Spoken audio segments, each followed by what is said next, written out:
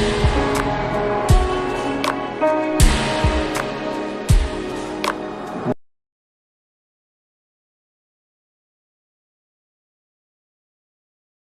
Students, जैसे कि आप प्रीवियस वीडियो लेक्चर को देखे होंगे, तो हम लोग कॉम्प्लेक्स सॉल्ट का नोमेनक्लेचर पोर्शन को डिस्कस कर रहे थे। उसमें हम लोग टाइप 1 डिस्कस कर लिए थे।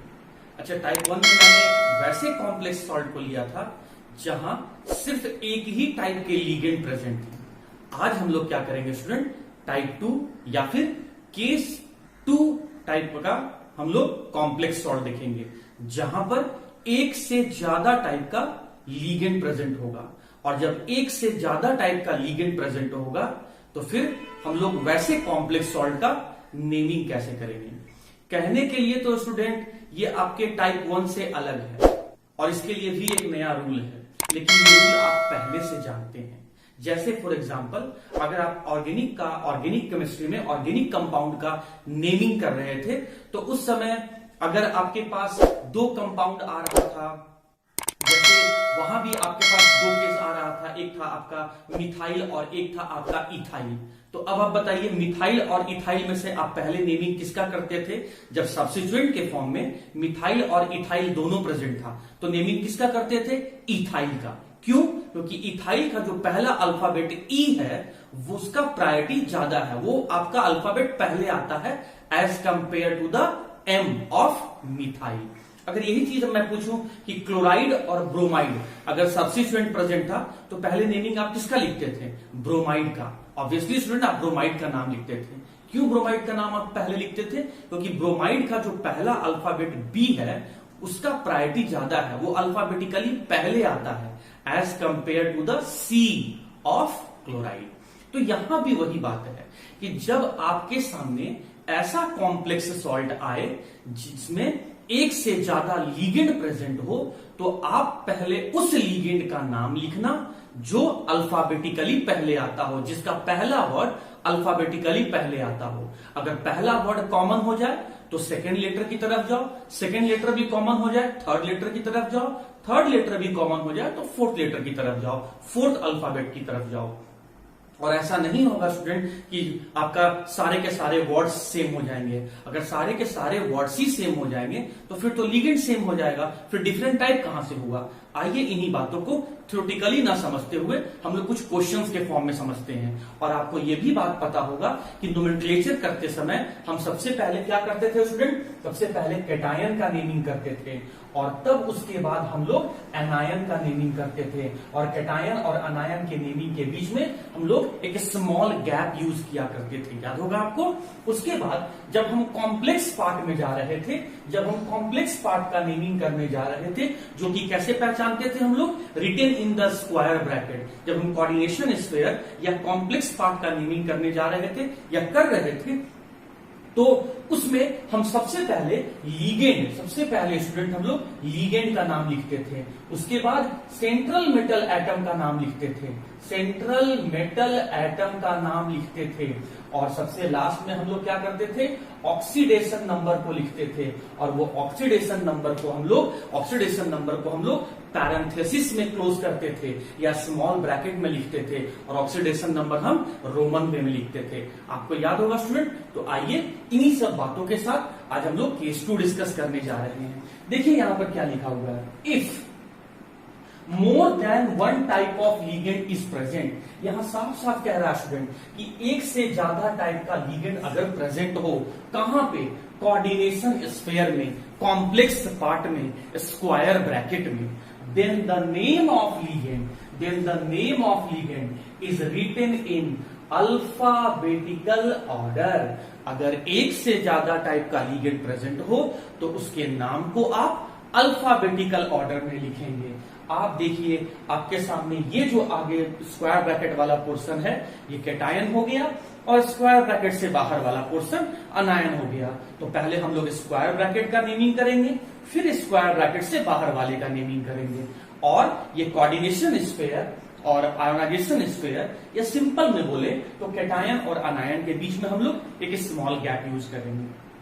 जब हम लोग केटायन के बारे में गए, केटायन या कॉम्प्लेक्स सॉल्ट में गए, कॉम्प्लेक्स सॉल्ट में कोऑर्डिनेशन स्फीयर में गए, तो हम क्या देख रहे हैं, इस स्क्वायर ब्रैकेट में दो ही तरह के तो स्पीसीज रहते हैं, एक लिगेंड रहेगा और एक सेंट्रल मेटल एटम रहेगा। तो स्टूडेंट ये जो आप देख रहे हैं कोबाल्ट, ये तो सेंट्रल मेटल एटम है, ये तो आप पहचानते हैं कि मेटल है, तो ये सेंट्रल मेटल एटम है। और उस कोबाल्ट के बाद जितने भी स्पीसीज लिखे हुए हैं ये सारे के सारे लिगेंड हैं, तो इसका मतलब यहां पर दो टाइप का लिगेंड प्रेजेंट है। अब जब एक से ज्यादा लिगेंड प्रेजेंट हो तो उसके नाम को हम लोग अल्फाबेटिकल ऑर्डर में लिखेंगे। तो आपको पता होना चाहिए कि NH3 का नाम होता है स्टूडेंट अमाइन, अमाइन, अमाइन, और Cl का नाम होता है क्लोराइडो, क्लोराइडो। अगर आप टाइप 1 देखे होंगे तो टाइप 1 में हम लोग इसी तरह के क्वेश्चंस को डिस्कस किए थे। तो यहां पर अमाइन और क्लोराइडो आप बताएं, अब इसमें कंपैरिजन करना है। तो आप देख सकते हैं स्टूडेंट, अमाइन का पहला अल्फाबेट ए है और क्लोराइडो का पहला अल्फाबेट सी है, और अल्फाबेट ए का प्रायोरिटी ज्यादा है एज कंपेयर टू द सी, इसीलिए अमाइन लिगेंड को हम लोग पहले नेम में लिखेंगे और तब क्लोराइडो का लिखेंगे। तो चलिए स्टार्ट करते हैं।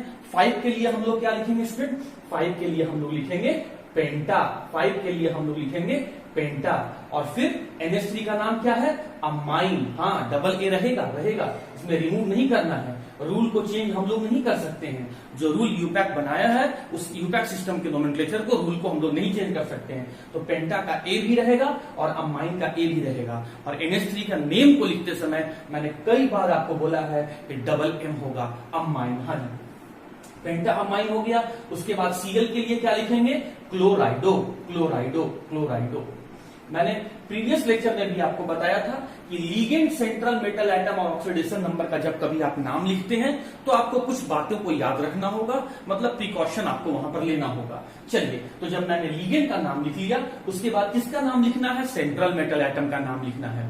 और सेंट्रल मेटल एटम के नाम को लिखने में भी हम लोग को प्रिकॉशन लेना है। क्या प्रिकॉशन लेना है कि अगर central metal atom cation part में प्रेजेंट है तब तो उसके कोई नाम में चेंजिंग नहीं करना है, एज यूजुअल उसका नेम हो जाएगा। लेकिन अगर वही सेंट्रल मेटल एटम अनायन पार्ट में प्रेजेंट है तो उसके नाम के पीछे में एक सफिक्स जोड़ते हैं जो कि 8 होता है। तो अभी तो central metal atom cation part में प्रेजेंट है, मतलब इसके नाम में कोई चेंजिंग नहीं होगा, इसका वही नाम हम लोग लिखेंगे या प्रोनाउंस करेंगे जो पीरियोडिक टेबल में देखकर करते हैं। तो CO सिंबल कोबाल्ट को इंडिकेट करता है, इसीलिए यहां भी सेंट्रल मेटल का नाम कोबाल्ट ही हो जाएगा। तो इसीलिए स्टूडेंट मैं यहां पर लिख रहा हूं कोबाल्ट, कोबाल्ट, कोबाल्ट। और जैसे ही सेंट्रल मेटल एटम का नाम लिखे उसके बाद आप एक पैरेंथेसिस यूज करते हुए, स्मॉल ब्रैकेट यूज करते हुए आप ऑक्सीडेशन नंबर को लिखेंगे इन द रोमन नंबर। और आपको पता होगा कि यहां सेंट्रल मेटल एटम का ऑक्सीडेशन नंबर या ऑक्सीडेशन स्टेट 3 है। अगर आपको ऑक्सीडेशन नंबर कैलकुलेट करना नहीं आ रहा है तो आप मेरे प्रीवियस वीडियो लेक्चर को देखिए, वहां मैंने बहुत डिटेल से ऑक्सीडेशन नंबर कैलकुलेट करना बताया है। हाँ जी, तो जब कैटायन का नेमिंग हो गया तो फिर स्मॉल गैप को यूज करते हुए हम लोग अनायन का नेमिंग करेंगे। और मैंने पहले भी बताया था कि जब कभी स्क्वायर ब्रैकेट के बाहर वाले स्पीसीज को आप लिख रहे हो, वो बाहर वाला स्पीसीज राइट में लिखा हो या लेफ्ट में लिखा हो, आयोनाइजेशन स्फीयर को जब आप लिख रहे हैं तो उसमें जो नीचे नंबर लिखा होता है जिसको सब स्क्रिप्ट कहते हैं, स्टूडेंट उस सब स्क्रिप्ट को आप बिल्कुल ना लिखें। तो आपको यहां पर 2 नहीं लिखना है। तो Cl का नाम क्या हो जाएगा, क्लोराइड, क्लोराइड। तो स्मॉल गैप को देते हुए हम लोग यहां पर क्लोराइड लिख देंगे। कुछ स्टूडेंट सोच रहे होंगे सर क्लोराइडो क्यों नहीं हुआ। अरे क्लोराइडो नाम तब होता जब वो लीगेंड होता, और लीगेंड होता तो स्क्वायर ब्रैकेट के अंदर लिखा होता। तो Cl लीगेंड नहीं है, ये स्क्वायर ब्रैकेट से बाहर है स्टूडेंट, ये लीगेंड नहीं है, इसीलिए इसके नाम में कोई चेंजिंग नहीं करेंगे और Cl का नाम क्लोराइड रखेंगे। इसके जो स्क्वायर ब्रैकेट के बाहर की जो लिखा हुआ स्पीसीज है उसके नाम को लिखते समय भी हम लोग को प्रिकॉशन लेना है कि वहां जो सबस्क्रिप्ट है वो सबस्क्रिप्ट को आपको नहीं लिखना है। तो इस वे में हम लोग देखिए अल्फाबेटिकल वे में, अल्फाबेटिकल मैनर में, अल्फाबेटिकल ऑर्डर में मैंने लीगेंड का नेम को लिखते हुए कॉम्प्लेक्स सॉल्ट का नेमिंग किया। और यही केस 2 कहता है कि अगर एक से ज्यादा लीगेंड प्रेजेंट हो इसमें कोऑर्डिनेशन स्फीयर में तो नाम जो लीगेंड का नाम है उसको अल्फाबेटिकल ऑर्डर में लिखें और ये रूल फॉलो करें और ये पैटर्न फॉलो करें। स्टूडेंट कॉम्प्लेक्स सॉल्ट का नोमेनक्लेचर बहुत इजी हो जाएगा। मैं कुछ और एग्जांपल डिस्कस करता हूं ताकि आपका कंफ्यूजन। अब इसी रूल को फॉलो करते हुए मैं कुछ एग्जांपल्स आपके सामने डिस्कस करता हूं। यहां मैंने दो कॉम्प्लेक्स सॉल्ट लिया है और दोनों का नोमेनक्लेचर हम लोग को करना है। मैं फिर आपको एक बात बोल रहा हूं स्टूडेंट कि आपको खुद प्रैक्टिस करना है। आप प्रैक्टिस कीजिए तो ही आप कंसेप्ट को समझ पाएंगे। यहां सिर्फ देखने से और सुन लेने से कुछ होना जाना नहीं है, इसीलिए आप खुद से प्रैक्टिस करें। प्रैक्टिस करने के लिए मैंने बहुत सारे क्वेश्चंस को आपके व्हाट्सएप पे सेंड कर दिया है। फिलहाल आइए मैं कुछ एग्जांपल्स और डिस्कस करता हूं ताकि आपके मन में अगर कोई भी डाउट्स हो या कोई भी कंफ्यूजन हो वो भी रिमूव हो जाए। हाँ जी, तो पहले हम लोग कैटायन पार्ट का नेमिंग करेंगे, फिर अनायन पार्ट का नेमिंग करेंगे। सिंस कैटायन और अनायन दोनों नेचर में डिफरेंट होता है, इसीलिए उसमें हम लोग स्मॉल गैप को, उसके नाम को लिखते समय हम लोग स्मॉल गैप यूज करेंगे। अगर स्क्वायर ब्रैकेट का नेमिंग कर रहे हो तो उसके नेमिंग का ऑर्डर होगा पहले लिगेंड, सेंट्रल मेटल एटम और ऑक्सीडेशन नंबर, और इन तीनों के नाम को लिखते समय प्रिकॉशन लेना है। और क्या लेना है मैंने पिछले सभी क्वेश्चंस में यही बताया है। आप क्या देख रहे हैं कि जब आप कैटायन पार्ट का नेमिंग करने गए, जब आप स्क्वायर ब्रैकेट का नेमिंग करने गए तो स्क्वायर ब्रैकेट में आपको एक से ज्यादा टाइप का लिगेंड दिखने लगा। तो किस लिगेंड का प्रायोरिटी ज्यादा है या किस लिगेंड को हम लोग पहले लिखेंगे, ये खुद उसका नाम बताएगा, नाम का पहला अल्फाबेट बताएगा। तो स्टूडेंट, जैसा कि आप लोग जानते हैं कि NH3 का नाम होता है अमाइन। अमाइन अमाइन देखिए, आप यहां पर 4 का टेट्रा लिख के कंपैरिजन मत कीजिएगा। आप ऐसा मत करना कि 4 का टेट्रा लिख दो और फिर जब तुलना करना शुरू करना, कंपैरिजन शुरू करना, तो T को देखना नहीं, उसके नाम के साथ, उसके नाम के लेटर के साथ कंपैरिजन किया जाता है। और NH3 का नाम टेट्रा नहीं होता है स्टूडेंट, इसीलिए टेट्रा लिखेंगे जरूर, लेकिन जब बात कंपैरिजन का आएगा, जब बात तुलना करने का आएगा, तो उसके नाम का जो पहला लेटर है उससे कंपैरिजन करेंगे। तो NH3 का नाम मैंने अमाइन लिख दिया। स्टूडेंट, H2O का नाम आप जानते होंगे कि ये एक्वा होता है, एक्वा। और Cl का नाम आप जानते होंगे कि Cl का नाम क्लोराइडो होता है। तो आइए, अब ये इसका नाम ही बता देगा कि किसका प्रायोरिटी ज्यादा है या किसका नेमिंग हम लोग को पहले लिखना है। देखिए, इसका पहला अल्फाबेट ए है तो सबसे पहले यही लिखा जाएगा, लेकिन ये क्या, H2O का भी पहला अल्फाबेट ए है। तो हम क्या देख रहे हैं कि दोनों का पहला अल्फाबेट कॉमन हो गया है। तो फिर प्रायोरिटी को चेक करने के लिए हम लोग सेकंड अल्फाबेट को चेक करेंगे। तो सेकंड अल्फाबेट इसका M है और सेकंड अल्फाबेट इसका Q है। और आप जानते हैं स्टूडेंट कि M अल्फाबेट पहले आता है as compare to the Q। इसका मतलब इसका प्रायोरिटी सबसे ज्यादा है, मतलब NH3 को हम सबसे पहले लिखेंगे। तो चलिए हम यहां पर सर्कल कर देते हैं कि यहां से हम स्टार्ट करेंगे और फिर उसके बाद सेकंड यही रहेगा और थर्ड ये आएगा। तो 4 के लिए क्या लिखेंगे, टेट्रा। ध्यान रहे student, name should start with the small letter, tetra. 4 के लिए टेट्रा। और NH3 के लिए क्या लिखेंगे, अमाइन। तो ये हो गया आपका टेट्रा अमाइन। फिर H2O के लिए क्या लिखेंगे, एक्वा, एक्वा। Cl के लिए क्या लिखेंगे, क्लोराइडो, क्लोराइडो, क्लोराइडो, क्लोराइडो। उसके बाद जब लिगेंड का नाम हो जाए तो सेंट्रल मेटल एटम का नाम लिखा जाता है। और सेंट्रल मेटल एटम अगर अनायन पार्ट में है तभी उसके नाम के पीछे 8 सफिक्स लगाते हैं। आप देख सकते हैं कि यहां जो सेंट्रल मेटल एटम है वो तो कैटायन पार्ट में है, इसका मतलब उसके नाम में कोई भी चेंजिंग नहीं होगा। तो CO सिंबल किसको बताता है, CO सिंबल हम लोग को कोबाल्ट मेटल को बताता है, इसीलिए मैंने यहां पर कोबाल्ट लिखा। उसके बाद सेंट्रल मेटल एटम का नाम लिखने के बाद हमें पैरेंथेसिस यूज करके हमें ऑक्सीडेशन स्टेट या ऑक्सीडेशन नंबर को लिखना होता है। और अगर आप CO का यहाँ पे ऑक्सीडेशन स्टेट कैलकुलेट करेंगे स्टूडेंट तो ये आपका 3 आएगा और इसको रोमन नंबर में लिखना है।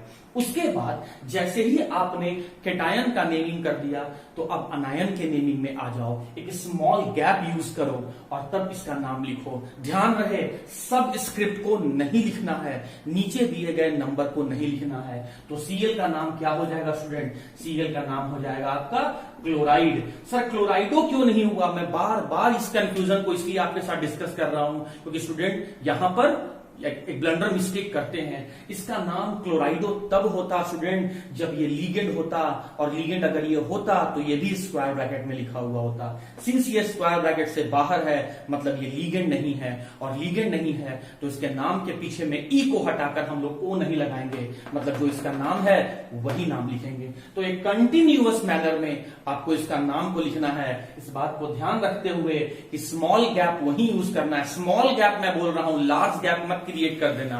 स्मॉल गैप तभी यूज करना जब एक कैटायन हो और अगला अनायन हो। तो उम्मीद करता हूं ये आपको कॉम्प्लेक्स भी समझ में आ गया होगा। स्टूडेंट अब मैं आता हूं इसके नेमिंग में।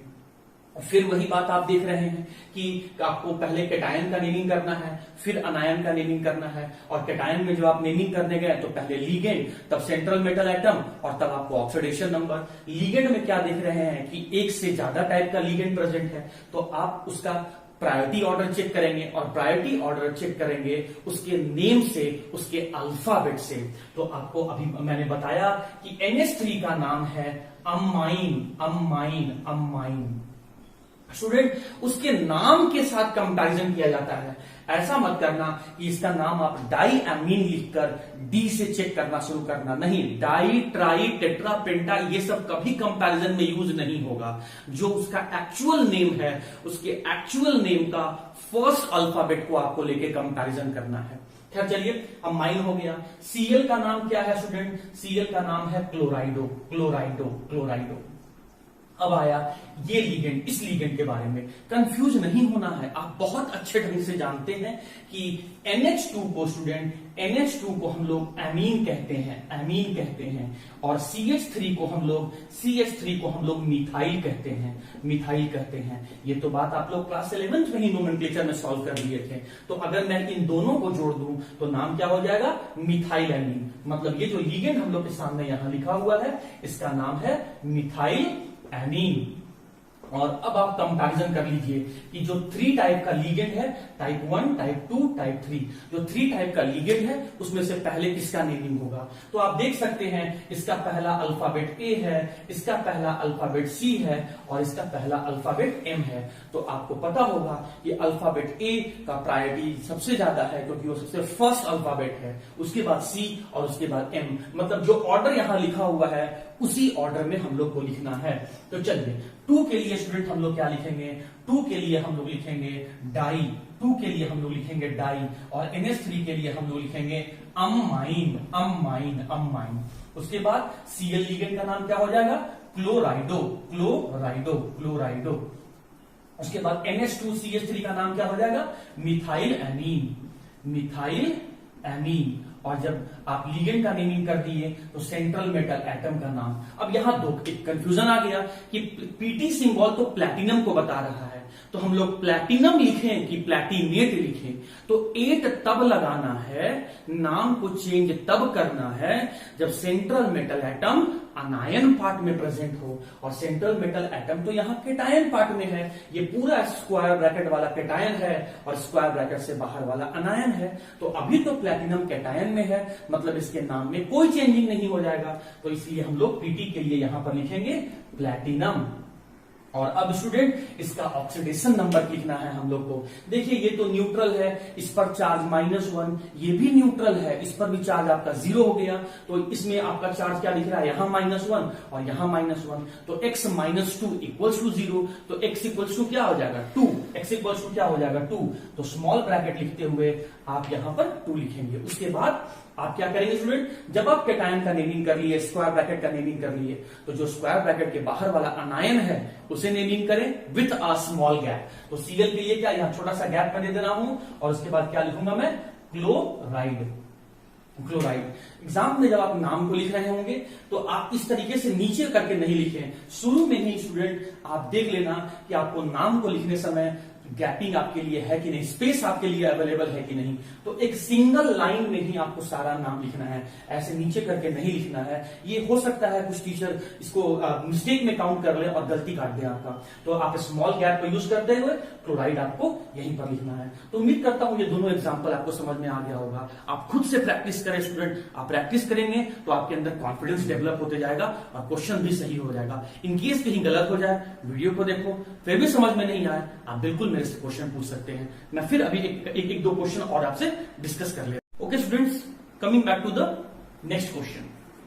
देखिए, अब जब ये क्वेश्चन आएगा तो क्वेश्चन से घबराना नहीं है, सॉल्व करना है उसको। आप क्या देख रहे हैं कि जो कैटायन पार्ट है, ये कैटायन पार्ट और ये अनायन पार्ट। कैटायन पार्ट में भी आपको सबस्क्रिप्ट एक नंबर दिख रहा है और अनायन पार्ट में भी आपको एक सबस्क्रिप्ट एक नंबर दिख रहा है। तो पहले जब इस तरह का कॉम्प्लेक्स सॉल्ट आ जाए तो पहले आप इसको सिंप्लीफाई करेंगे, पहले आप इसको रिजॉल्व करेंगे।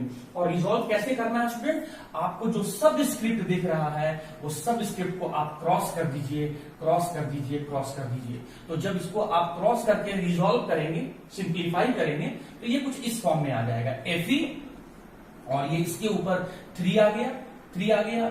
उसके बाद स्क्वायर ब्रैकेट Fe CN6, और फिर यहां से जो नंबर था वो राइट हैंड साइड में चला गया 4। सिंस ये कैटायन वाला पार्ट है इसीलिए इसके ऊपर पॉजिटिव चार्ज, सिंस ये स्क्वायर ब्रैकेट अनायन वाले पोर्शन में है इसीलिए इसके ऊपर नेगेटिव चार्ज। अब इसका नेमिंग कर देते हैं स्टूडेंट। तो आपको पता होना चाहिए कि पहले कैटायन का नेमिंग, फिर अनायन का नेमिंग, और अगर इस अनायन में स्क्वायर ब्रैकेट है तो फिर उसके नेमिंग को लिखते समय लिगेंड, सेंट्रल मेटल एटम और ऑक्सीडेशन नंबर को हमको यूज करना है। तो चलिए, Fe का नाम क्या होगा? अब यहां से फिर कंफ्यूजन आता है कि सर Fe का नाम आयरन लिखें कि फेरेट लिखें। तो माय डियर स्टूडेंट्स, आप नाम को चेंज तभी करें जब वो अनायन वाले पार्ट में प्रेजेंट हो, और यहां तो ये कैटायन वाले पार्ट में प्रेजेंट है, तो इसीलिए इसका नाम आपको सिर्फ आयरन लिखना है, आयरन लिखना है। और इसके ऊपर चार्ज क्या है? इसके ऊपर चार्ज है 3। तो आपको यहां पर एक स्मॉल ब्रैकेट या फिर पैरेंथेसिस यूज करके रोमन नंबर में 3 को मेंशन करना है। सर इसके पहले तो आप ऐसा नहीं बोले थे। जैसे स्टूडेंट, जब मैं ये इस तरह का कॉम्प्लेक्स सॉल्ट ले रहा था तो फिर इस मेटल को लिखने समय, पोटासियम को लिखते समय, मैं उसके बगल में, उसके पास में स्क्वायर ब्रैकेट को लिखकर चार्ज, स्क्वायर ब्रैकेट को लिखकर ऑक्सीडेशन नंबर को तो कभी नहीं लिख रहा था। क्यों? क्योंकि देखिए, ये इस मैनर का नहीं है। यहां तो आपको सबस्क्रिप्ट दिख रहा है लेकिन इसके नीचे कोई सबस्क्रिप्ट नहीं है, इसीलिए मैंने इसको सिंप्लीफाई नहीं किया था, और सिंप्लीफाई नहीं किया था तो नहीं लिखा था इसके लिए। खैर, ये तरीका तब अपनाना है जब कैटायन और अनायन दोनों में आपको सबस्क्रिप्ट लिखा हुआ रहे, तब इस तरह के क्वेश्चन को सॉल्व करना है। खैर आइए, हाँ जी, तो कैटायन का तो नेमिंग हो गया। अब स्मॉल गैप यूज करेंगे, फिर अनायन का नेमिंग करेंगे। और अनायन का जब आप नेमिंग करेंगे तो आपको पता है कि पहले हम लोग लिगेंड, तब सेंट्रल मेटल एटम और तब ऑक्सीडेशन नंबर। तो पहले लिगेंड का नाम, तो 6 के लिए क्या लिखूंगा स्टूडेंट? हेक्सा। और CN के लिए क्या लिखूंगा? साइनाइडो। साइनो भी अगर आप लिखते हैं तो सही है, लेकिन मेरे हिसाब से मोर करेक्ट साइनाइडो। तो हेक्सा साइनाइडो। अब बात आया लिगेंड के बाद सेंट्रल मेटल एटम, और सेंट्रल मेटल एटम अनायन वाले पोर्शन में है, अनायन वाले पोर्शन में है तो नाम आयरन नहीं होगा, फेरेट हो जाएगा। तो ये मैंने लिखा यहां पर फेरेट, ये मैंने लिखा फेरेट। और अब इसको छुपाते हुए इस आयरन का ऑक्सीडेशन नंबर हमें कैलकुलेट करना है। तो स्टूडेंट, मैंने आपको ऑक्सीडेशन स्टेट में इस तरह का क्वेश्चन सॉल्व करना बताया था। तो क्योंकि मुझे अब इसका ऑक्सीडेशन नंबर चाहिए, तो आपने इसको यूज करके ही यहां पर चार्ज लाया है। तो ये चार्ज लिखने का मतलब है कि आप इसको ऑलरेडी यूज कर चुके हैं, तो इसको हटा दीजिए। तो Fe के लिए मैं क्या लिखूंगा? X लिख दिया। अब प्लस, और ये 6 है तो आपको पता है CN के ऊपर चार्ज होता है -1, तो -1 लिखा। 6 टाइम है तो इंटू 6 कर दिया। अब कुछ नहीं बचा तो ओवरऑल इन सभी का सम इक्वल टू करते हुए चार्ज के बराबर -4। तो x - 6 इक्वल्स टू -4, और आप सॉल्व करेंगे तो x इक्वल्स टू 2 आ गया। मतलब ऑक्सीडेशन स्टेट यहां पर आपका 2 आ गया, तो आप यहां पर 2 लिख दिए। तो ये हो गया आपका कैटायन का नेमिंग और ये हो गया आपके अनायन का नेमिंग। तो डायरेक्ट आप ये नाम अपने एग्जाम में इस तरह के कॉम्प्लेक्स सॉल्ट को करके आएंगे। स्टूडेंट, मैं बार बार बोल रहा हूं, जब कभी कैटायन और अनायन दोनों में आपको सबस्क्रिप्ट दिखने लगे तो पहले क्रॉस करके रिजॉल्व करें, और रिजॉल्व करके आप इस तरीके से नेमिंग करें। अगर आप ये बात समझ गए होंगे तो मैं आपको होमवर्क में एक क्वेश्चन दे रहा हूं, इसका नेमिंग करें और मुझे बिल्कुल सॉल्व करके व्हाट्सएप पर सेंड करें। That is Fe3 FeCN6 whole 2। अब आप ये कॉम्प्लेक्स सॉल्ट को नेमिंग करके आप मुझे बताएंगे, जो भी आपका आंसर होगा आप बताएंगे। बिल्कुल सेम पैटर्न फॉलो करना है। तो उम्मीद करता हूं आपको ये क्वेश्चन समझ। ओके स्टूडेंट्स, तो अब हम लोग टाइप 2 के अंदर में ही एक नए पैटर्न का क्वेश्चन को सॉल्व करते हैं। ध्यान दीजिएगा, ये पैटर्न का क्वेश्चन अगर आप समझ गए तो नोमेनक्लेचर का सेक्शन आपके लिए इजी हो जाएगा, आप समझ जाएंगे। कहता है कि if the name of ligand contain di tri tetra पेंटा, मतलब अगर लिगेंड के नाम में पहले से ही डाई ट्राई टेट्रा और पेंटा मौजूद है, लिखा हुआ है, तब उस समय आप दोबारा से डाई ट्राई टेट्रा या पेंटा नहीं लिखेंगे। तो फिर क्या लिखेंगे? डाई के जगह पर आप बिस को यूज करेंगे, ट्राई के जगह पर आप ट्रिस को यूज करेंगे, और टेट्रा की जगह पर आप टेट्रा किस को यूज करेंगे, और पेंटा की जगह पर आप पेंटा किस को यूज करेंगे। मैं फिर से समझाता हूं स्टूडेंट, समझो बात को, बहुत इजी है। कहता है कि जैसे आप 2 के लिए डाई लिखते हैं, 3 के लिए 3 टाइम्स के लिए आप ट्राई लिखते हैं, 4 टाइम के लिए आप टेट्रा लिखते हैं, 5 टाइम के लिए आप पेंटा लिखते हैं। तो रूल कहता है कि अगर नाम में पहले से ही डाई ट्राई टेट्रा या पेंटा में से कोई भी प्रीफिक्स पहले से ही मौजूद हो तो फिर इनमें से किसी को दोबारा यूज नहीं करना है। तो फिर क्या यूज करना है? तो डाई या ना यूज करते हुए आप बिस यूज करेंगे, ट्राई नहीं यूज करते हुए आप ट्रिस यूज करेंगे, टेट्रा नहीं यूज करते हुए आप टेट्रा किस यूज करेंगे, और पेंटा नहीं यूज करते हुए आप पेंटा किस यूज करेंगे। मतलब आपके साथ 2 कॉलम है, इस कॉलम को मैं फर्स्ट कह देता हूं और इस कॉलम को मैं सेकंड कह देता हूं। मैं ये कह रहा हूं कि अगर फर्स्ट कॉलम में से कोई भी नाम पहले से मौजूद हो तो फिर दोबारा इसी कॉलम में से मत यूज करना किसी प्रीफिक्स को, तब इसके जगह पर इनमें से कोई एक प्रीफिक्स को यूज करना। मैं बार बार रिपीट कर रहा हूं क्योंकि मैं स्टूडेंट को इसी क्वेश्चन में, इसी तरह के क्वेश्चन में मैक्सिमम टाइम गलती करते हुए देखा हूं। मैं क्या बोल रहा हूं स्टूडेंट कि अगर फर्स्ट कॉलम में से कोई भी प्रीफिक्स पहले से मौजूद हो, पहले से नाम में प्रेजेंट हो, तो फिर फर्स्ट कॉलम का कोई भी प्रीफिक्स मत यूज करना। उसके जगह पर सेकेंड कॉलम में से अपने यूज के अकॉर्डिंग कोई एक प्रीफिक्स को आप यूज कर लेंगे। आइए इसी बात को हम लोग क्वेश्चन से समझते हैं। जैसे आप देख रहे हैं कि यहां पर मुझे जो कैटायन है वो स्क्वायर ब्रैकेट में है और अनायन जो है वो स्क्वायर ब्रैकेट के बाहर है। मुझे पहले कैटायन का नेमिंग करना है। कैटायन में अगर एक से ज्यादा टाइप का लीगेंड हो तो अल्फाबेटिकल ऑर्डर में करना है, बट यहाँ लीगेंड तो एक ही टाइप का है, मतलब पहले लीगेंड का नाम लिखना है।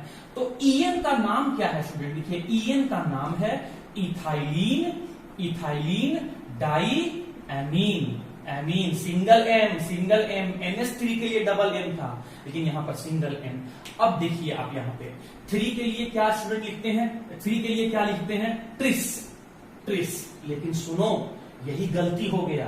यही तो मैंने आपको नहीं करने के लिए बोला था कि अगर इस कॉलम में से कोई भी पहले से मौजूद हो तो फिर इसी कॉलम का कोई दोबारा नाम मत यूज करना। आप देख सकते हैं कि डाई पहले से ही इसके नाम में प्रेजेंट था, पहले से ही इसके नाम में मौजूद था। तो अब 3 को लिखने के लिए हम यहां पर ट्राई नहीं यूज करते स्टूडेंट, हम यहां पर ट्राई नहीं यूज करते। जब डाई इसी कॉलम का नाम में पहले मौजूद था तो 3 के लिए हम लोग ट्राई नहीं यूज करेंगे, तो इसके जगह में से हम दूसरे कॉलम का नाम यूज करेंगे। और 3 के लिए क्या होगा? 3 के लिए आपका ट्रिस हो जाएगा। इसीलिए नाम के आगे में आपको ट्रिस लिखना था, ट्रिस लिखना था। तो देखिए मैं यहां पर नाम लिख रहा हूं ट्रिस, ट्रिस, ट्रिस, और उसके बाद है आपका ethylene, ethylene di amine, ethylene di amine. और ट्रिस जो है जहां तक नाम अवेलेबल है उसके लिए ही लिखना है। तो ये सिर्फ जो है ट्रिस जो है वो इथाइलिन डाई एमीन के लिए ही है, कोबाल्ट के ऊपर थोड़ी है, पूरा होल के ऊपर थोड़ी है, ये सिर्फ लिगेंड का होल किया गया है 3। तो ये ट्रिस, और उसके बाद जहां तक जिसके लिए 3 टाइम्स लिखा हुआ है, जिसके लिए ट्रिस लिखा हुआ है, उसके नाम को हम लोग स्मॉल ब्रैकेट में क्लोज कर दिए।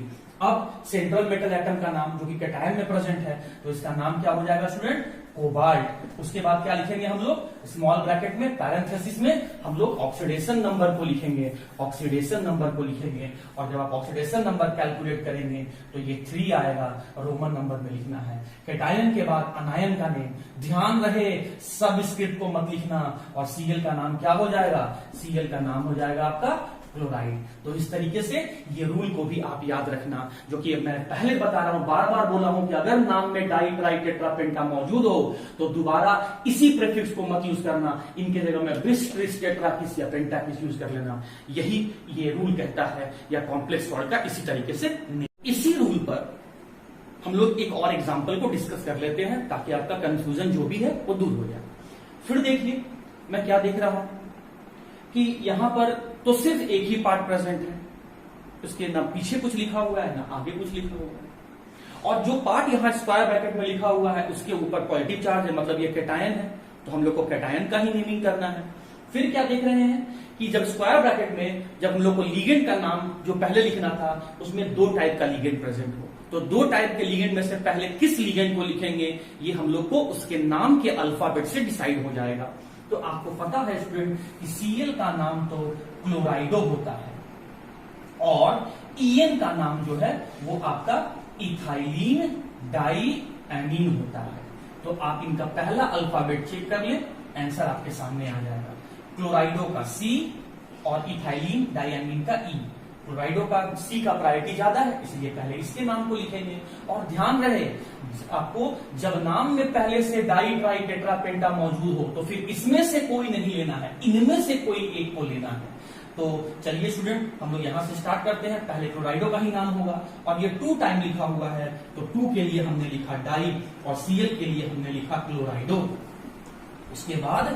इसके बाद मुझे इस लिगेंड का नाम लिखना है, लेकिन इसके नाम में पहले से डाई मौजूद है, तो 2 के लिए फिर से डाई नहीं लगाएंगे। देखो मैं क्या कह रहा हूं, 2 जैसे आप Cl के नीचे 2 था तो इसके लिए आपने डाई लगाया था, तो En के नीचे 2 है तो इसके लिए भी आप डाई लगाओगे। ऐसा आप करोगे, ऐसा सोचोगे आप कि 2 के लिए डाई लगाएंगे, और En के लिए हम लोग यहाँ पर इथाइलिन डाइएमीन लिखेंगे। लेकिन देखो स्टूडेंट आपने क्या गलती कर दिया, डाई तो पहले से इसके नाम में मौजूद था, तो फिर आपने डाई क्यों ले लिया?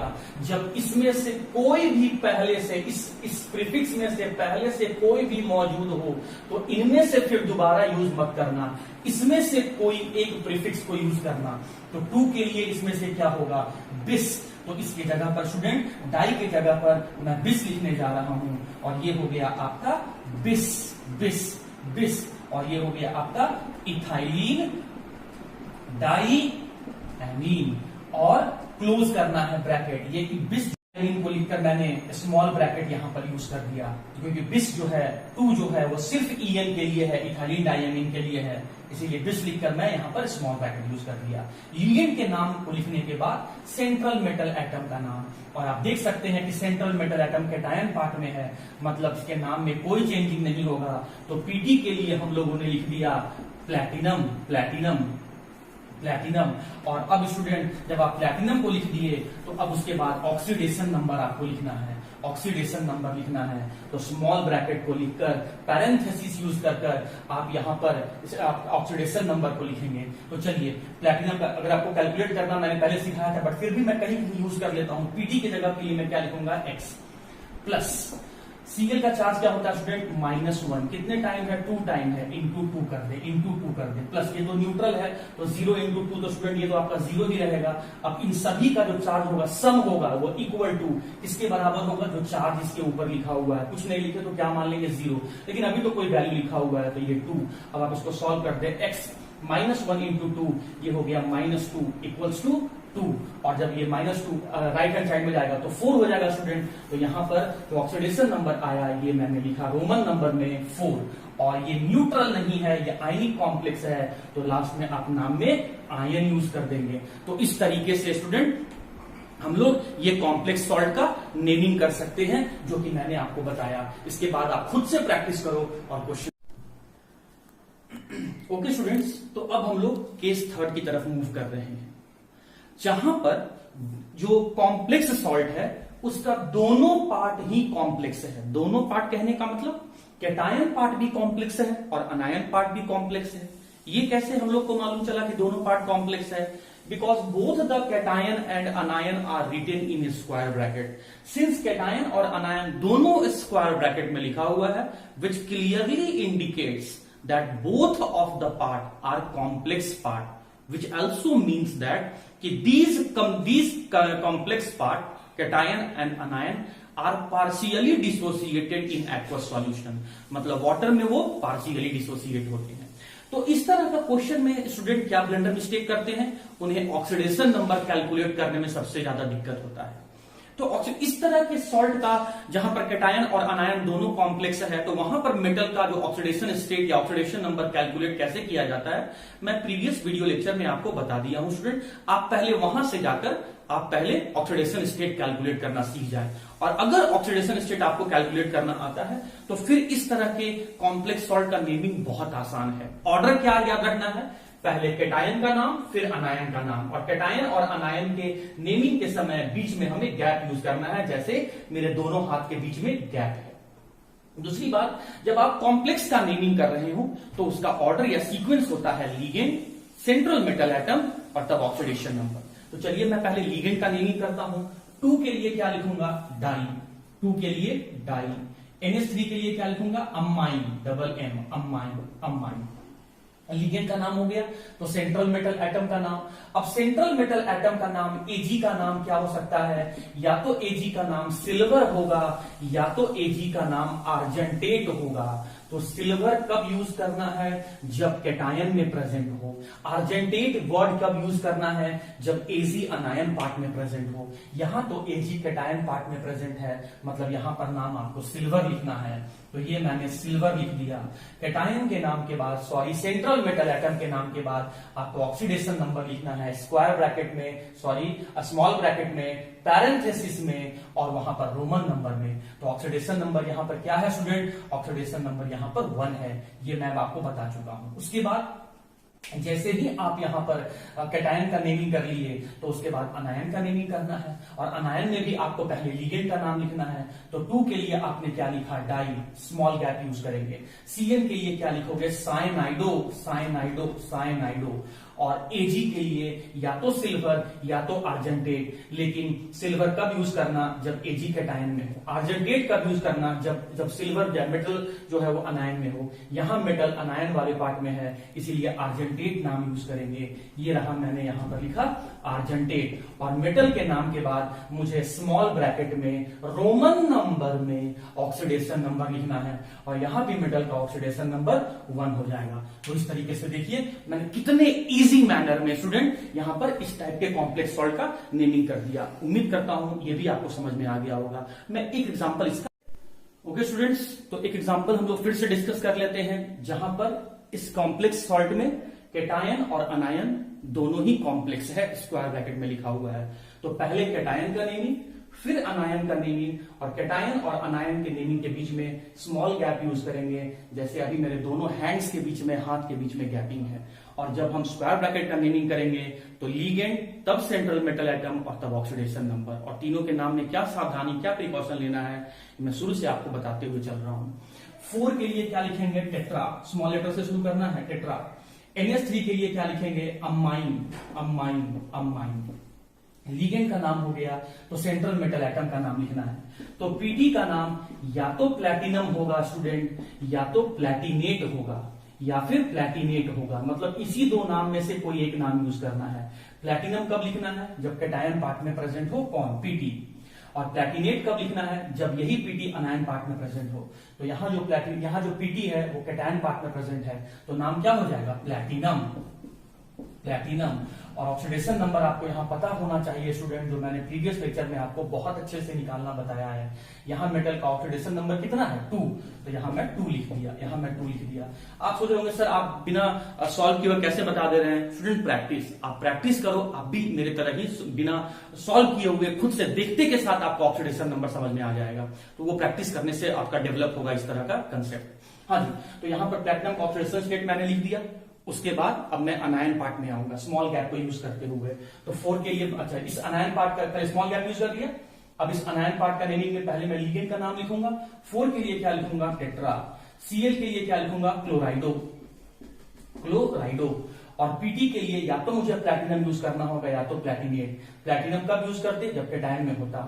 प्लैटिनेट कब यूज करेंगे, जब अनायन में। यहां तो Pd जो है वो अनायन में है, इसीलिए इसका नाम हो जाएगा आपका प्लैटिनेट। नेट, और अब इसका ऑक्सीडेशन स्टेट, और यहां भी इसका ऑक्सीडेशन स्टेट आपका 2 आएगा। तो इस तरीके से आप ऐसे कॉम्प्लेक्स सॉल्ट का नेमिंग कर सकते हैं। और आप वैसे भी मैंने कुछ 2 एग्जांपल्स इसी तरह के ऑक्सीडेशन स्टेट कैलकुलेट करने का ऐसा एग्जांपल मैंने आपको ऑक्सीडेशन स्टेट में बताया था। तो वहां और भी जितने क्वेश्चंस मैंने ऐसा बताया था ऑक्सीडेशन स्टेट कैलकुलेट करने का, उसका इसी रूल को फॉलो करते हुए आप नेमिंग करें, सॉल्व करके आप मुझे व्हाट्सएप पे भेज सकते हैं। किसी तरह का स्टूडेंट हो, कंफ्यूजन हो स्टूडेंट, तो आप मुझसे बिल्कुल पूछ सकते हैं। तो नोमेनक्लेचर का ये 3 टाइप का क्वेश्चन था जो आपके एग्जाम में आता है, आप इसको सॉल्व करें। अब एक नया टाइप का क्वेश्चन भी स्टूडेंट आप देखा गया है कि अब तक आप क्या कर रहे थे कि फॉर्मूला से नेम लिख रहे थे।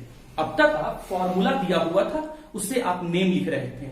तो अब हम लोग क्या करेंगे, नेम से फॉर्मूला लिखेंगे। ये भी क्वेश्चन आपके एग्जाम में आता है और जैक बोर्ड में यही वाला क्वेश्चन मैक्सिमम टाइम पूछा गया है कि नेम दे देगा आपको और उससे आपको फॉर्मूला बनाने के लिए बोलेगा। तो आइए इस तरह के क्वेश्चन को भी हम लोग डिस्कस के बिल्कुल लास्ट सेगमेंट में आ गए हैं। अगर ये क्वेश्चन को आप सॉल्व कर लेंगे तो आप नोमेनक्लेचर का कोई भी बुक का कोई भी क्वेश्चन को आप सॉल्व कर सकते हैं। करना क्या है इसमें, इस बार हम लोग को खुद से फॉर्मूला बनाना है और हमें नाम दिया हुआ रहेगा, नेम लिखा हुआ रहेगा और फॉर्मूला हम लोग को बनाना है। जैसा कि आप देख सकते हैं एग्जांपल के फॉर्म में मैंने यहां पर नेम लिख दिया और इस नेम से हम लोग को फॉर्मूला बनाना है।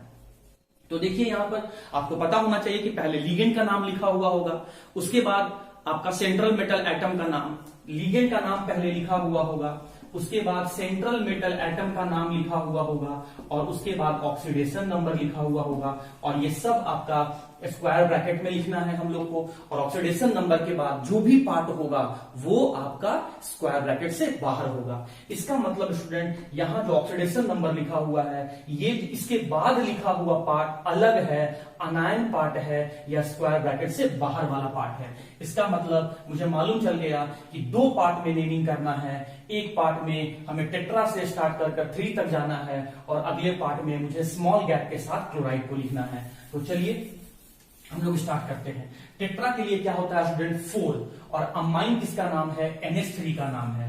तो ये रहा NH3 और क्या करना है हम लोग को, NH3 कितने टाइम लेना है, 4 टाइम लेना है, 4 टाइम लेना है। तो ये मैंने 4 टाइम ले लिया। उसके बाद क्या करता है एक्वा, एक्वा का मतलब क्या होता है H2O, H2O। उसके बाद क्या लेना है क्लोराइडो, क्लोराइडो का मतलब क्या होता है Cl। अब एक बात का बस एक रूल का यहां पर ध्यान रखना है, जब लिगेंड पॉली एटॉमिक हो, मतलब जब लिगेंड में एक से ज्यादा एटम प्रेजेंट हो तो आप उसको एक स्मॉल ब्रैकेट में या पैरेंथेसिस में क्लोज करेंगे। जैसे आप देख सकते हैं एक्वा में ऑक्सीजन और हाइड्रोजन मिला के टोटल 3 एटम है, मतलब ये पॉली एटॉमिक है। तो इस लिगेंड को आप एक पैरेंथेसिस में या स्मॉल ब्रैकेट में क्लोज कर दें। Cl जो है वो मोनो एटॉमिक है, तो मोनो एटॉमिक के लिए आप पैरेंथेसिस या स्मॉल ब्रैकेट नहीं यूज करेंगे। चलिए तो क्लोराइडो हो गया। क्लोराइडो के बाद क्या कहता है कोबाल्ट, और आपको पता होना चाहिए कोबाल्ट का सिंबल CO है और सेंट्रल मेटल एटम सबसे पहले लिखा जाता है। तो ये मैंने यहां पर central metal atom cobalt CO लिख दिया। उसके बाद कहता है कि उस मेटल के ऊपर चार्ज क्या है, ये आपका +3 है, तो यहां मैंने +3 लिख दिया। और कहता है कि अब जब यहां पर ऑक्सीडेशन नंबर लिख दिए तो इसका मतलब है कि जितना भी पार्ट यहां लिखा हुआ है ये स्क्वायर ब्रैकेट में क्लोज है। सेंट्रल मेटल एटम और लिगेंड जो है वो स्क्वायर ब्रैकेट में क्लोज होता है। अगर यहां पर ये पार्ट भी लिगेंड होता तो इसके नाम में क्लोराइडो लिखा होता, लेकिन यहां पर क्लोराइड लिखा हुआ है, ये क्लियरली इंडिकेट कर रहा है कि ये लिगेंड तो नहीं है। और वैसे भी स्टूडेंट आपको पहले टाइप का क्वेश्चन प्रैक्टिस करने से ही मालूम चल गया होगा कि ऑक्सीडेशन नंबर को लिखते ही हम लोग स्क्वायर ब्रैकेट का जितना स्पीसीज है सबका नाम लिख चुके होते हैं। तो चलिए उसके बाद क्या लिखा हुआ है क्लोराइड, क्लोराइड के लिए हम लोग क्या लिखे Cl। अब आपको पता है कि Cl के ऊपर चार्ज होता है -1, Cl के ऊपर चार्ज होता है -1, वाटर के ऊपर एक्वा के ऊपर चार्ज होता है 0, अमाइन के ऊपर चार्ज होता है 0।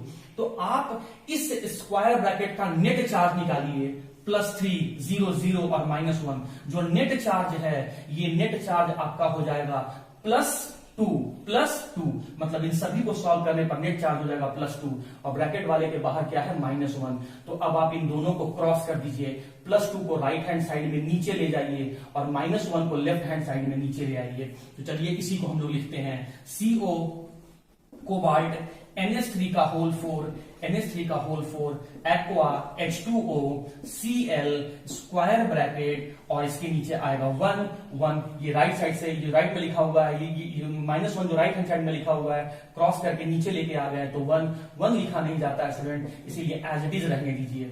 उसके बाद क्या लिखा हुआ है बाहर में Cl और ये क्रॉस होके जो लेफ्ट में लिखा हुआ है क्रॉस होके नीचे जाएगा तो ये आ जाएगा इसका 2। तो एग्जाम में आपको सिर्फ ये लिख के आना है, ये आपने कैसे सॉल्व किया ये एग्जामिनर को नहीं दिखाना है, ये रफ में करना है। तो यही आपका स्टूडेंट आपका आंसर हो गया, जहां पर आपको नाम दिया हुआ था और आपने फॉर्मूला खुद से बनाया। तो आइए इस तरह का क्वेश्चंस मैं एक दो और आपसे डिस्कस, तो हम लोग कुछ और एग्जांपल को डिस्कस कर लेते हैं। अब तक आप जब नेमिंग सॉल्व कर रहे थे तो इतना तो आपको पता चल गया होगा इतने सारे क्वेश्चंस को सॉल्व करने के बाद कि सबसे पहले लिगेंड का नाम लिखा हुआ होता है। जब आप इस नाम पे गौर करेंगे तो यहां पहला नाम पोटासियम लिखा हुआ है और पोटासियम बच्चे लिगेंड नहीं है, ये तो सेंट्रल मेटल है। पोटासियम तो मेटल है, लिगेंड क्या होता है, वो तो नॉन मेटल होता है। तो ये क्लियर कट अंडरस्टूड है कि ये जो यहां बाहर में पोटासियम लिखा हुआ है ये बाकी सभी से अलग है। थोड़ा सा और आगे बढ़ो तो ट्राई के लिए होता है 3 और ऑक्जेलेटो, देखो नाम के पीछे लग गया O, इसका मतलब ये तो लीगेंड है, इसका मतलब यहां से लीगेंड शुरू हो रहा है। और याद करें कि जब लीगेंड शुरू हो रहा है इसका मतलब वहां से आपका स्क्वायर ब्रैकेट शुरू हो रहा है। मैं फिर से बोलता हूं फ्रेंड, कंफ्यूज नहीं होना है।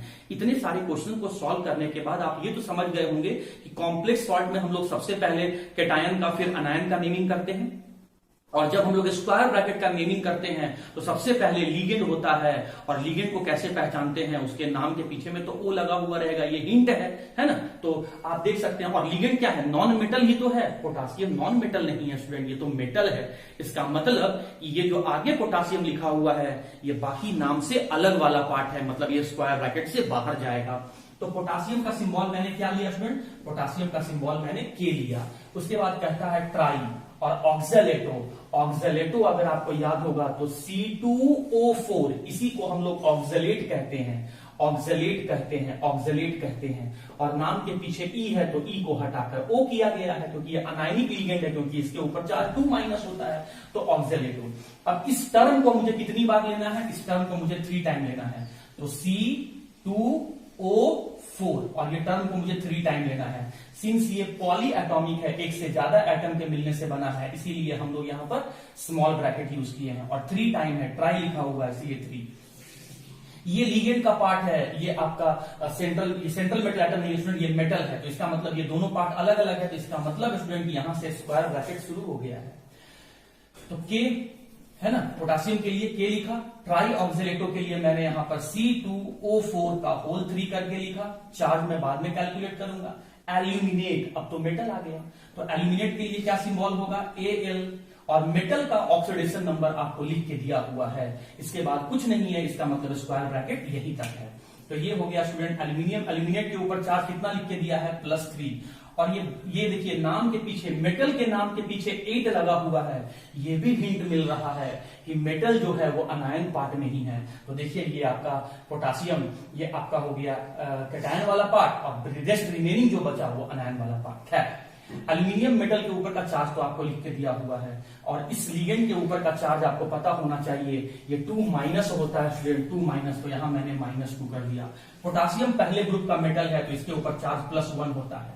अब देखो जो आप स्क्वायर ब्रैकेट में देख रहे हैं उसका नेट चार्ज कितना आएगा, नेट चार्ज आपका +1 आएगा, तो मैं इसे यहां से हटा दे रहा हूं और नेट चार्ज मैं यहां पर +1, यहां पर 1 कर दिया, 1 आया, लेकिन ये आपका अनायन पार्ट है इसीलिए ये -1 आया। मैं फिर से कह रहा हूं कंफ्यूज नहीं होना है। पोटासियम फर्स्ट ग्रुप का मेटल है तो +1, एल्यूमिनेट के ऊपर का चार्ज आपको लिख के दिया है +3 हो गया, ऑक्सीलेटर के ऊपर का चार्ज आप जानते हैं -2, नेट कैलकुलेट करोगे तो कितना आएगा, 1 आएगा ना। इस दोनों को नेट सॉल्व करोगे कितना आएगा, 1 आएगा ना। तो इस 1 को मैं यहां लिख दिया, 1 यहां लिख दिया। सिंस ये अनायन वाला पार्ट है इसीलिए नेगेटिव कर दिया, -1। अब इसको और इसको क्रॉस कर दो, इसको उठा के राइट हैंड साइड में लेके चले जाओ, इसको उठा के लेफ्ट हैंड साइड में चले जाओ। तो लेफ्ट हैंड साइड में उठा के लाओगे तो यहाँ 1 होगा, यहाँ 1 होगा, यहाँ से उठ के यहाँ चलाया 1 आ गया। 1 लिखा नहीं जाता है स्टूडेंट, इसको ऐसे ही रहने देते हैं हम। ये आप लेफ्ट हैंड साइड से चला गया राइट हैंड साइड में, तो ये 1 आपका यहाँ चला गया। 1 लिखा नहीं जाता है तो इसको एज इट इज छोड़ दो। तो ये रहा आपका कॉम्प्लेक्स सॉल्ट का नेमिंग, जो बहुत आप इजी वे में सॉल्व कर सकते हैं। अब आइए नीचे वाले का, मरकरी। स्टूडेंट आपको तो ये बात पता होना चाहिए कि सबसे पहले हम लोग लिगेंड का नाम लिखते हैं और लिगेंड स्क्वायर ब्रैकेट के अंदर होता है, लिगेंड नॉन मेटल होता है। आप देख सकते हैं मरकरी तो मेटल है, इसका मतलब ये हिंट है कि ये पोर्शन जो है बाकी नाम से अलग है, मतलब स्क्वायर ब्रैकेट से बाहर जाएगा। तो मरकरी के लिए सिंबल मैंने क्या लिखा, Hg लिखा, Hg लिखा, Hg लिखा, ठीक है। उसके बाद कहता है टेट्राथायोसाइनाइटो, टेट्रा के लिए तो 4 और थायोसाइनाइटो किसके लिए लिखते हैं, SCN के लिए हम लोग यूज करते हैं थायोसाइनाइटो। इसका मतलब मरकरी के बाद जितना है वो आपका अलग पोर्शन है, अलग अलग पोर्शन है, तो इसीलिए अलग वाले को हम लोग स्क्वायर ब्रैकेट में क्लोज करके दिखाने वाले हैं।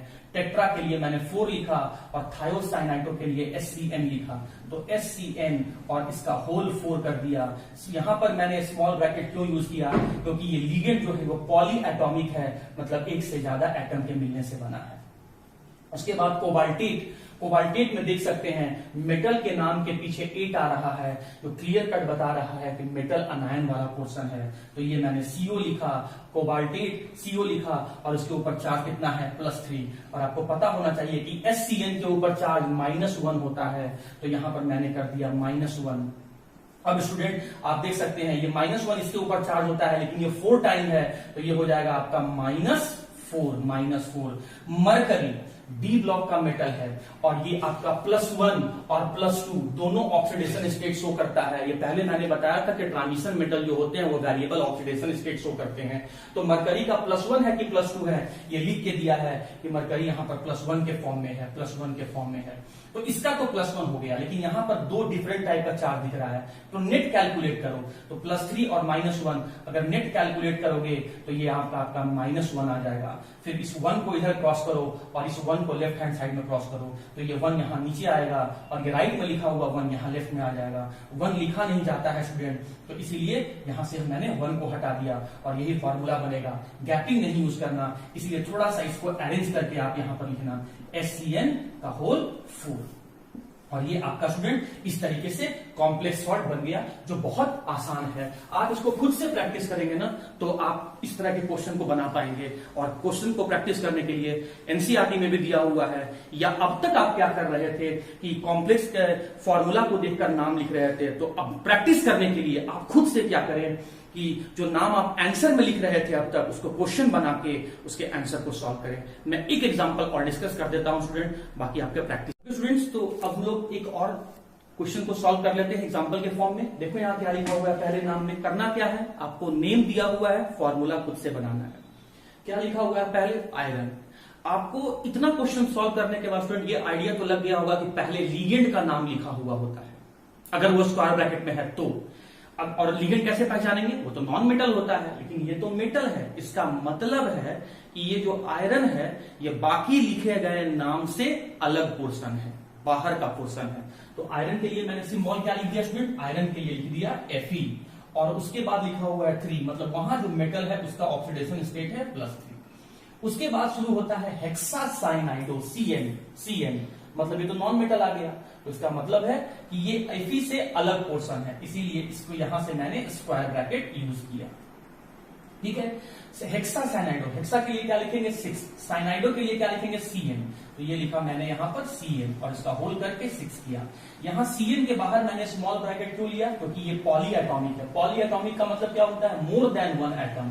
और यहां देख सकते हैं कि यहाँ टोटल 2 एटम है, एक कार्बन है, एक नाइट्रोजन है, 2 एटम है, एक से ज्यादा एटम है, पॉली एटॉमिक है, इसीलिए मैंने यहां पर स्मॉल ब्रैकेट यूज किया। हेक्सासाइनाइडो के बाद क्या लिखा हुआ है, फेरेट किसके लिखते हैं, आयरन के लिए, Fe के लिए लिखते हैं, लेकिन कब, जब वो अनायन पार्ट में प्रेजेंट है तब Fe लिख दिया। और यहां से लिखने के बाद आपको जो फॉर्मूला बनाने के बाद आप ये समझ गए होंगे कि ये कैटायन वाला पार्ट है, ये अनायन वाला पार्ट है, इसीलिए मैंने यहाँ पर इसका नाम बदला, फेरेट लिखा। मतलब अब तक हम लोग जो कर रहे हैं वो सही कर रहे हैं। जो Fe इसका नाम फेरिएट किया गया है, वहां पर आयरन का ऑक्सीडेशन स्टेट क्या है स्टूडेंट, यहां पर आयरन का ऑक्सीडेशन स्टेट +2 है। और Cn के ऊपर चार्ज कितना होता है -1, -1 इंटू 6 कितना हो गया -6। यहां तो एक ही स्पीसीज है इसका +3, बट स्क्वायर ब्रैकेट के अंदर मुझे दो डिफरेंट टाइप का चार्ज दिख रहा है। सॉल्व करेंगे, नेट सॉल्व करेंगे, तो नेट सॉल्व करके +2 और -6 को नेट सॉल्व करेंगे तो ये आ जाएगा आपका -4। इसको क्रॉस करके लेफ्ट में ले आइए और इसको क्रॉस करके आप राइट में ले जाइए। तो अब यहां से आप फॉर्मूला बनाइए, तो ये क्या हो जाएगा Fe और ये क्रॉस होके इधर आया तो ये हो गया 4। उसके बाद आप यहाँ स्क्वायर ब्रैकेट क्लोज करेंगे, उसके बाद ये रहा आपका Fe, उसके बाद आपका ये रहा Cn का होल 6 और इसका चार्ज जब क्रॉस होकर लेफ्ट में गया था तो इसका चार्ज क्रॉस होकर आपका राइट में आएगा और ये रहा 3। तो आपको सिर्फ एग्जाम में ये पोर्शन लिख के आना है, ये सब आपको रफ में करना है। तो ये हो गया आंसर, मतलब नेम से मैंने फॉर्मूला बनाना सीख लिया और इस तरीके से स्टूडेंट हम लोग का नोमेनक्लेचर का कंसेप्ट खत्म हुआ। कल से हम लोग आइसोमेरिज्म स्टार्ट करेंगे, मतलब हम लोग ऐसे कंपाउंड को देखेंगे जिसका एक ही मॉलिक्यूलर फॉर्मूला होगा लेकिन एक से ज्यादा स्ट्रक्चर हो सकता है, मतलब compound having same molecular formula but difference property are known as isomers. खैर मैं इस टॉपिक को कल डिस्कस करूंगा, बट नोमेनक्लेचर आपके एग्जाम में बहुत इंपॉर्टेंट पोर्शन है जो आपके एग्जाम में पिछले 5 साल से रिपीट करते जा रहा है, बार बार पूछ रहा है। और उस नोमेनक्लेचर में से जो एग्जामिनर आपके जैक बोर्ड में पूछ रहा है वो नेम लिख के आपको फॉर्मूला बनाने के लिए बोलता है। और फॉर्मूला बनाना मैंने आपको सिखा दिया। एनसीईआरटी में क्वेश्चंस या फिर और भी मैंने एक्स्ट्रा क्वेश्चन आपको प्रैक्टिस करने के लिए दिया है, वो चीज आप प्रैक्टिस करें स्टूडेंट, डाउट आप बिल्कुल पूछ सकते हैं। तो कल इसी कोऑर्डिनेशन केमिस्ट्री चैप्टर में नए टॉपिक आइसोमेरिज्म के साथ हम लोग दोबारा मिलेंगे। Till then